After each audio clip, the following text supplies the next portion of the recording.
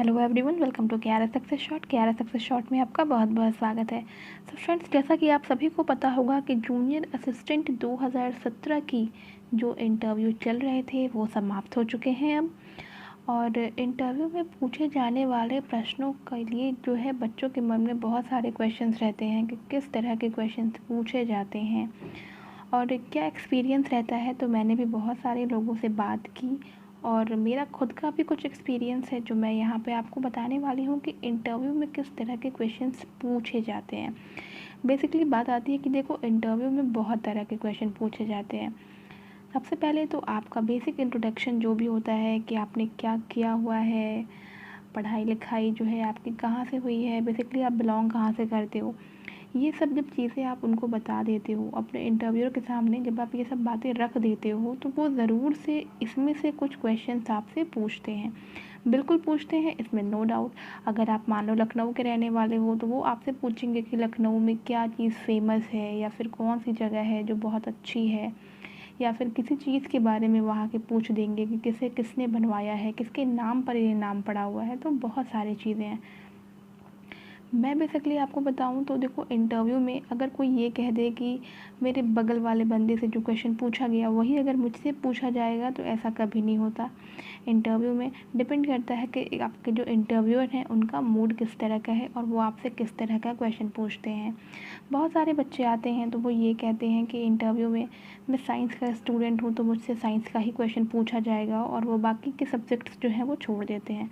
पर ऐसा बिल्कुल नहीं करना चाहिए, क्योंकि ये ज़रूरी नहीं है कि अगर आप साइंस के स्टूडेंट हो तो सिर्फ आपसे साइंस का ही क्वेश्चन पूछा जाएगा।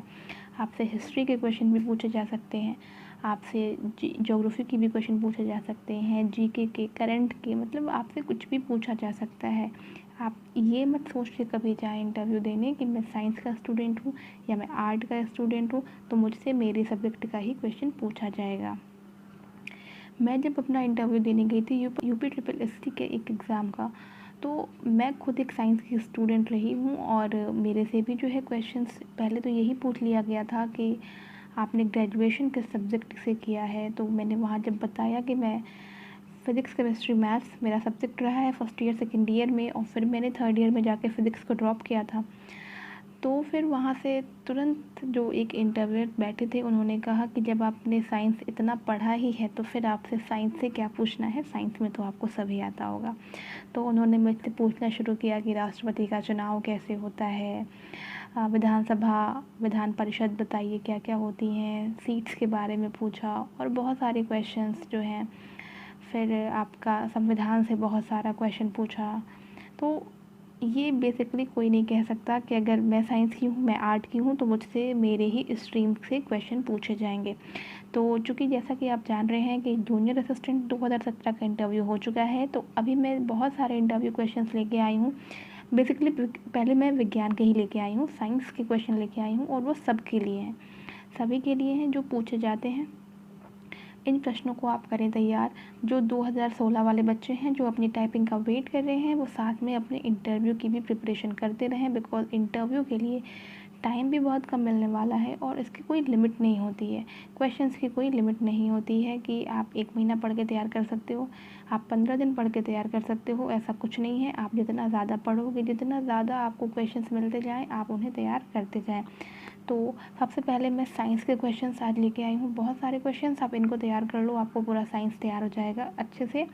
तो साइंस में मैंने तीनों पार्ट कवर कर लिए हैं, फिज़िक्स, केमिस्ट्री और बायो। तो शुरू करते हैं हमारा आज का वीडियो।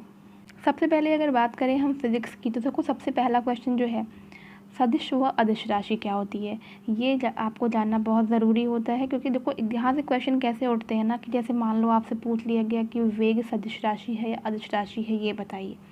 मैंने सिर्फ यहाँ पे हेडिंग आपको दी है, आपको इसको पढ़ना है, इसके जैसे डेफिनेशन हुए, इसके अंदर इसका एग्जाम्पल कौन कौन सा है, चाल कौन सी राशि है, विस्थापन कौन सी राशि है, तो ये सब चीज़ें आप पढ़ना।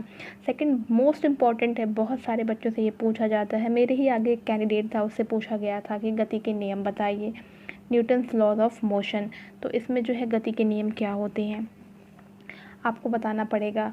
3 हैं तो तीनों बताइए, ठीक है ना वहाँ पे। उसके बाद से आती है बात मात्रक की, तो मात्रक भी अक्सर पूछ दिया जाता है कि जैसे आपका एसआई मूल के मात्रक हैं तो पूछ लिया जाता है आपसे कि ताप का मात्रक बताइए या फिर द्रव्यमान का मात्रक बताइए, ठीक है। और मात्रक लिखने का एसेंस ये है कि मात्रक में जितनी सारी चीज़ें होती हैं आपको वो सब ध्यान देना है। कि जैसे अगर हम दूरी की बात करते हैं तो जो है प्रकाश वर्ष जो है ये भी क्या होता है, बहुत लंबी दूरियों को मापने का मात्रक होता है प्रकाश वर्ष। तो ये सब चीज़ें भी आप पढ़ें। पारसेक होता है, न्यूटन होता है, जूल होता है, तो जितनी भी यूनिट्स होती हैं, जितने भी मात्रक होते हैं, इन सबको ज़रूर से देख लें एक बार। नेक्स्ट आती है बात क्वेश्चन नंबर 4 की, न्यूटन का गुरुत्वाकर्षण नियम। न्यूटन का गुरुत्वाकर्षण नियम, तो न्यूटन का गुरुत्वाकर्षण नियम बहुत इम्पॉर्टेंट है, क्योंकि देखो जो आपका इंटरव्यूअर है वो किस फील्ड में, उसका कौन सा फील्ड सबसे अधिक स्ट्रॉन्ग है। खुदा न खास्ता आपको कोई साइंस का ही ऐसा मिल गया जिसको साइंस के बारे में बहुत ही अच्छी नॉलेज है, फिर तो आपकी लग जानी है। वो आपसे बहुत ही अच्छे अच्छे क्वेश्चंस पूछ लेगा साइंस के, तो इससे बेटर है कि आप वहाँ पर जो है आंसर ना दे पाओ, आप अच्छे से इसको प्रिपेयर कर लो। नेक्स्ट क्वेश्चन है जी का मान, तो ध्रुवों पर जी का मान क्या होता है, विषुवत रेखा पर क्या होता है, पृथ्वी पर ऊपर या नीचे जाने पर जी का मान घटता है बढ़ता है, क्या होता है, ये सब चीज़ें आपको पता होनी चाहिए। बर्नौली का प्रमेय ज़रूर से पढ़ना चाहिए। क्वेश्चन नंबर 7 है प्रत्यास्थता, इसके बारे में आपको पता होना चाहिए। क्वेश्चन नंबर 8 देखो, अवश्रव्य तरंगे, श्रव्य तरंगे और पराश्रव्य तरंगे, तो ये तीनों तरंगे, इसमें जैसे डेफिनेशन तो आपको पता होनी ही चाहिए। उसके बाद से इसमें आपको ये भी पता होना चाहिए कि जैसे हमारे लिए, जैसे कि हम लोग जो हैं जो सुनते हैं वो कौन सी तरंगे होती हैं, अवश्रव्य होती हैं, श्रव्य होती हैं, पराश्रव्य होती हैं। इसके बाद से बात आती है मैक संख्या की, तो मैक संख्या क्या होती है ये पता होना चाहिए आपको। क्वेश्चन नंबर 10 है ऊष्मा का संचरण, चालन, संवहन और विकिरण, तो ये तीनों आपको पता होना चाहिए। अब जैसे मान लो डेफिनेशन पढ़ लिया है इसका, आप ये भी इसमें ध्यान देना कि जैसे ठोस में जो ऊष्मा का संचरण होता है वो किस विधि के द्वारा होता है। ऐसा नहीं है कि सिर्फ आपसे डेफिनेशन पूछी जाएगी, मैंने यहाँ पर सिर्फ आपको एक हेडिंग दिया है, बाकी आपको उसके अंदर की चीज़ें पढ़नी होंगी। अगर आपको नहीं समझ में आता है तो आप कमेंट करके ज़रूर से बताना, मैं उसे भी यहाँ पर क्लैरिफाई करूँगी कि आपको क्या पढ़ना है। नेक्स्ट है किरचॉफ लॉ, किरचॉफ का नियम क्या होता है। क्वेश्चन नंबर आपका 12 है स्टेफन नियम क्या होता है, कि स्टेफन का नियम क्या होता है, या फिर कभी कभी पूछ देते हैं कि स्टेफन नियतांक है तो वो क्या है। क्वेश्चन नंबर 13 है प्रकाश की चाल वायु में, तो प्रकाश की चाल विभिन्न विभिन्न माध्यमों में भी आप जो है याद करके जाएं। प्रकाश का प्रकीर्णन, बहुत सारे एग्जाम्पल्स भी इस पे हैं, प्रकाश का प्रकीर्णन पे बहुत सारा आपका जो एग्जाम्पल है, जैसे केशिकत्व है उस पर भी आपका बहुत सारा एग्जाम्पल है। अपवर्तन के नियम क्या होते हैं, स्नेल का नियम भी जिसे बोलते हैं हम। निकट दृष्टि दोष, दूर दृष्टि दोष भी आपको पढ़ना है, ओम का नियम। क्वेश्चन नंबर 18 है क्यूरी ताप, तो क्यूरी ताप भी देख के जाएं। और बहुत इंपॉर्टेंट एक आता है आर्किमिडीज का सिद्धांत, बहुत बार पूछा जाता है इंटरव्यूज़ में कि आर्किमिडीज का सिद्धांत क्या होता है। क्वेश्चन नंबर 20 है प्रोटॉन, न्यूट्रॉन और इलेक्ट्रॉन, तो इनके विषय में कि प्रोटॉन, न्यूट्रॉन, इलेक्ट्रॉन, देखो इसका यूज़ जो है वो केमिस्ट्री में भी होगा आपको और फिज़िक्स में भी रहता ही रहता है, तो इसके बारे में भी पढ़ें, ये क्या होता है, खोजकर्ता कौन है इसके, तो ये सब चीज़ें आपको पता होनी चाहिए। आवेश कितना होता है। क्वेश्चन नंबर 20 है सोडी फैजान नियम, तो सोडी फैजान नियम भी आपको पता होना चाहिए। नेक्स्ट क्वेश्चन देख लेते हैं। नेक्स्ट क्वेश्चन है क्वेश्चन नंबर 22 कूलाम का नियम, तो कूलाम का नियम भी आपको, अगर आप भौतिकी पढ़ रहे हैं, फिजिक्स पढ़ रहे हैं, तो आपको पता होना चाहिए। उसके बाद से आता है वैज्ञानिक उपकरण और उसके जो खोजकर्ता यानी कि जो उसके आविष्कारक हैं। तो वैज्ञानिक उपकरण में जैसे बहुत सारा फेमस है, आपने बचपन से भी हम पढ़ते आ रहे हैं कि बाईसाइकिल का आविष्कार किसने किया है, कंप्यूटर का, बुनसन बर्नर का, कुछ कुछ बहुत इंपॉर्टेंट होते हैं, जैसे डीजल इंजन हो गया, ठीक है, ग्रामोफोन हुआ, फाउंटेन पेन हुआ, स्टीम इंजन हुआ, ठीक है ना, लॉगरिथम हुआ, टेलीफोन हुआ, ट्रांजिस्टर हुआ, तो जैसे ये सब बहुत इंपॉर्टेंट है, जो चीज़ें आपको लग रही हैं कि बहुत इंपॉर्टेंट है, सौरमंडल है, माइक्रोफोन है, पेंसिलीन है, रेफ्रिजरेटर है, तो ये सब चीज़ें आप ज़रूर से पढ़ के जाएँ। और बात आती है अगर आप वैज्ञानिक की बात कर रहे हैं और खोज की बात कर रहे हैं तो ज़रूर से पढ़ के जाएँ। जैसे परमाणु हैं, परमाणु मतलब किसने जो है, किस वैज्ञानिक ने इसका जो है खोजा था, ठीक है ना, फोटोग्राफी है, रेडियो एक्टिविटी है, तो ये सब चीज़ें जो बहुत ही मोटी चीज़ें होती हैं एकदम, जिसको आप छोड़ ही नहीं सकते, जिसको आप निगलेक्ट ही नहीं कर सकते। अगर आप फिज़िक्स पढ़े हो, ग्रेजुएशन में फ़िज़िक्स है आपका, तो बिल्कुल ये सब चीज़ें देख के जाएँ। और जो बच्चे आर्ट्स के होते हैं, जो बच्चे आर्ट साइड के होते हैं, वो भी बहुत ज़्यादा क्वेश्चंस नहीं है, देखो मैंने सिर्फ 23 क्वेश्चन आपको बताए हैं। अगर आप इतना पढ़ लोगे ना, इतना अगर आप पढ़ के जाते हो तो बेफिक्र रहना, साइंस में आप एक भी क्वेश्चन ऐसा नहीं रहेगा जिसका आंसर आप ना दे पाएँ। और अगर इनमें से कोई भी ऐसा क्वेश्चन होता है जिसका आंसर आपको लगता है कि आपको नहीं आ रहा है, तो आप मुझे कमेंट करके बताना, मैं उसका आपको आंसर भी ज़रूर से बता दूँगी। अब आती है बात केमिस्ट्री की, यानी कि रसायन विज्ञान की। तो सबसे पहले तो बात आती है रसायन विज्ञान का जनक कौन है। तो रसायन विज्ञान के जनक जो है वो लेवाइसियर हैं, तो ये आपको पता होना चाहिए। दूसरी बात आती है पदार्थ की अवस्थाएं। तो पदार्थ की देखो अवस्थाएं मेनली देखो ठोस, द्रव और गैस होती है। लेकिन कभी कभी ऐसा होता है कि इंटरव्यूअर को तो ये पता होता है कि आपको पता है कि पदार्थ की 3 अवस्थाएं होती हैं, लेकिन वो कभी कभी पूछ देते हैं कि पदार्थ की चौथी और पाँचवीं अवस्था के बारे में बताइए। तो पदार्थ की चौथी अवस्था प्लाज्मा होती है, ये आपको पता होनी चाहिए। और पदार्थ की जो पाँचवीं अवस्था है वो होती है बोस आइंस्टाइन कंडेंसेट, तो ये आपको पता होनी चाहिए। नेक्स्ट क्वेश्चन आता है मिश्रण को अलग करने की विधियाँ। तो मिश्रण को अलग करने की विधियाँ देखो मैंने यहाँ मेंशन भी कर रखा है। यहाँ पे देखो रवाकरण है, आसवन विधि है, ऊर्ध्वपादन विधि है, वर्ण लेखन है, आंशिक आसवन है। तो क्वेश्चन कैसे पूछ देते हैं, जैसा कि मैंने कुछ बच्चों से बात की थी तो उन्होंने बताया कि पूछा गया था कि मिश्रण को अलग करने की कोई 2 विधि बताओ।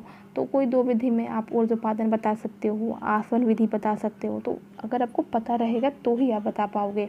नेक्स्ट आती है बात अवोगैड्रो संख्या की। तो ये भी आपको पता होना चाहिए। समस्थानिक और संभारिक में क्या डिफरेंस होता है ये आपको पता हो। बॉयल का नियम और चार्ल्स का नियम तो बहुत ज़्यादा इंपॉर्टेंट है।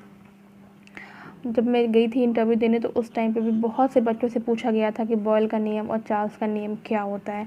तो बॉयल का नियम और चार्ल्स का नियम मैं आपको एक बार बता भी दे रही हूँ कि बॉयल का नियम जो है, अगर स्थिर ताप पर गैस की नियत मात्रा का आयतन उसके दाब के व्युत्क्रमानुपाती होता है, और चार्ल्स का नियम स्थिर दाब पर किसी गैस की नियत मात्रा का आयतन उसके परम ताप का सीधा अनुपाती होता है। एक चीज़ ध्यान रखना कि बॉयल का जब भी नियम आएगा तो उसमें टेम्परेचर आपका स्थिर होता है, और चार्ल्स के नियम में जो प्रेशर होता है वो स्थिर होता है। तो ये बहुत इंपॉर्टेंट है। नेक्स्ट आती है बात आवर्त सारणी की। तो आवर्त सारणी डायरेक्टली आपसे नहीं पूछा जाता है, लेकिन हाँ कभी कभी पूछ दिया जाता है कि आपको कोई भी पूछा गया उसका आपका पूछ देगा कि तत्व है तो उसका एटॉमिक नंबर बता दीजिए, है ना। या फिर आपसे ये पूछ सकता है कि कोई भी तत्व है ये किस वर्ग में है ये, ठीक है। तो ये सब चीज़ें आप जो है पूरा आपको आवर्त सारणी याद करने की ज़रूरत नहीं है, लेकिन हाँ कुछ कुछ चीज़ें आप जो है इसमें याद कर सकते हैं कि किस वर्ग में क्या है, ये सब चीज़ें आपको याद करना ज़रूरी है। तो उसके बाद से आती है रेडॉक्स रिएक्शन के बारे में। तो रेडॉक्स रिएक्शन ये भी बहुत ज़रूरी है जानना। रेडॉक्स रिएक्शन यानी रेडॉक्स अभिक्रिया क्या होता है, तो ये सब चीज़ें आप ज़रूर से पढ़ के जाएँ। अगर आपके पास लूसेंट की बुक है तो उसमें भी जो आपका सेक्शन दिया होता है विज्ञान का, भौतिकी, रसायन और बायो का, तो वहाँ पे ये सब चीज़ें बेसिक चीज़ें जो है उसके लिए लूसेंट जो है बेस्ट है, आप वहाँ से भी इसको पढ़ सकते हो। नेक्स्ट आती है बात अम्ल क्षार और अम्लराज की। तो अम्लराज बिल्कुल पूछा जाता है अम्लराज के बारे में कि ये 3 और 1 का जो है रेशियो होता है। देखिए किसका, हाइड्रोक्लोरिक अम्ल वो भी कंसनट्रेटेड, और नाइट्रिक अम्ल का इसका मिश्रण होता है, ये 3:1 में ये होता है। यही आपका एक्वारेजिया या फिर अम्लराज कहलाता है। और बात आती है अम्ल और क्षार किसे कहते हैं, तो ये बहुत सिंपल है।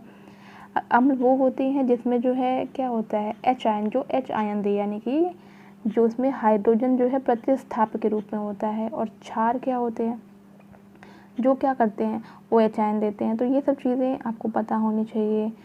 और बहुत सी जैसे छोटी चीज़ें होती है ना, कुछ जैसे प्राकृतिक अम्ल होते हैं कि जैसे सिरका हुआ, संतरा हुआ, इमली हुआ, तो ये सब चीज़ें में कौन कौन से एसिड्स पाए जाते हैं, तो ये सब चीज़ें भी आपको पता होनी चाहिए। बेसिक चीज़ें हैं, इसमें आपको कुछ पढ़ने वाली बात नहीं है। संतरा सिरका का यूज़ करते हैं हम घरों में, इमली का करते हैं, टमाटर का करते हैं, नींबू का करते हैं, तो ये सब चीज़ें पता होनी ही चाहिए।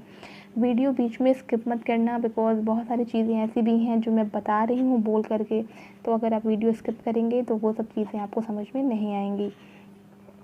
नेक्स्ट देखिए धातुएं, अयस्क और सूत्र।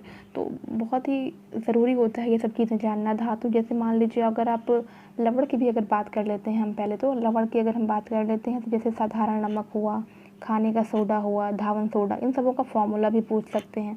फिटकरी का फॉर्मूला पूछ सकते हैं आपसे। तो ये सब चीज़ें, पीएच स्केल क्या होता है, तो ये सब चीज़ें पढ़ के जाएँ। धातुएं, उनके अयस्क कौन कौन से हैं, क्या क्या हैं, तो ये सब चीज़ें बहुत नॉर्मल लाइफ में भी हमें पता होती हैं, क्योंकि बहुत सारी चीज़ों का, अब जैसे साधारण नमक ही है, ये हमें पता होना चाहिए कि इसका फॉर्मूला क्या होता है। फिटकरी हम यूज़ करते हैं तो फिटकरी का भी हमें फॉर्मूला पता होना चाहिए कि क्या होता है। तो केमिस्ट्री से बस आप इतना अगर तैयार कर लें तो केमिस्ट्री से बहुत ज़्यादा डीप नहीं, मैक्सिमम क्वेश्चंस उठते हैं तो वो आपके फिज़िक्स से ही उठते हैं। तो केमिस्ट्री में अगर आपने इतना तैयार कर लिया है तो ये एनफ है। इसके बाद से आप बस वो धातु, अयस्क और कुछ फॉर्मूले जो होते हैं बहुत ज़्यादा, ये आपको तैयार करना होगा। जैसे संकेत भी पूछ देते हैं कभी कभी, जैसे पूछ दिया आपसे कि टंगस्टन का संकेत क्या होता है, तो आपको पता होगा तो ही आप बता पाओगे कि डब्ल्यू से हम क्या करते हैं, शो करते हैं।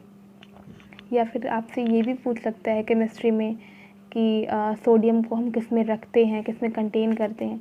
तो ये सब चीज़ें ज़रूर से पता होनी चाहिए कि सोडियम को हम किस में कंटेन करते हैं। या फिर आपसे ये पूछ सकता है कि समुद्री घास में क्या पाया जाता है, तो समुद्री घास में आयोडीन पाया जाता है। तो ये सब चीज़ें, सोडियम को हम मिट्टी के तेल में रखते हैं। तो ये नॉर्मल जो चीज़ें होती हैं, ये सब चीज़ें तो बिल्कुल आपको पता ही होना चाहिए कि सिरके में एसिटिक एसिड पाया जाता है। तो इस तरह के क्वेश्चंस आप केमिस्ट्री के लिए जो है एकदम अच्छे से तैयार कर सकते हैं और इससे बाहर आपसे कुछ भी नहीं पूछा जाएगा। तो नेक्स्ट आता है, देख लेते हैं हम बायो यानी कि जीव विज्ञान। बायो की अगर हम बात करें तो देखो सबसे पहला क्वेश्चन तो यही आता है कि जीव विज्ञान का जनक है।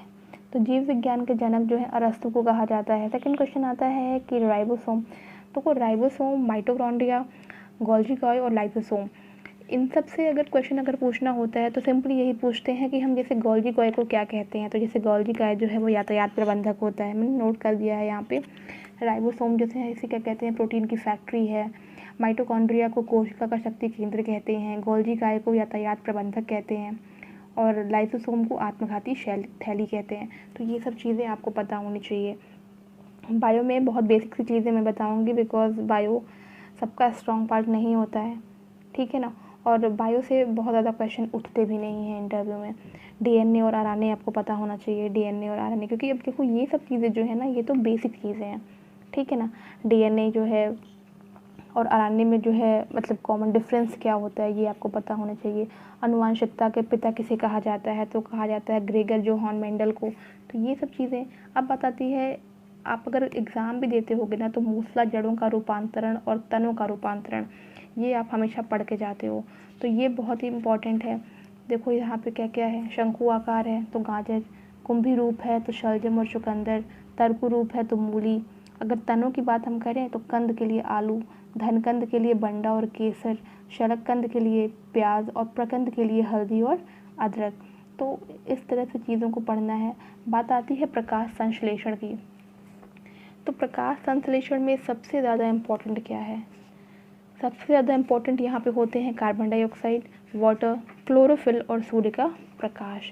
इनके बिना प्रकाश संश्लेषण की क्रिया नहीं हो सकती है। तो अक्सर ऐसा भी पूछा जाता है कि प्रकाश संश्लेषण में क्या क्या सबसे अधिक आवश्यक है, तो आप ये बताएंगे वहाँ पे।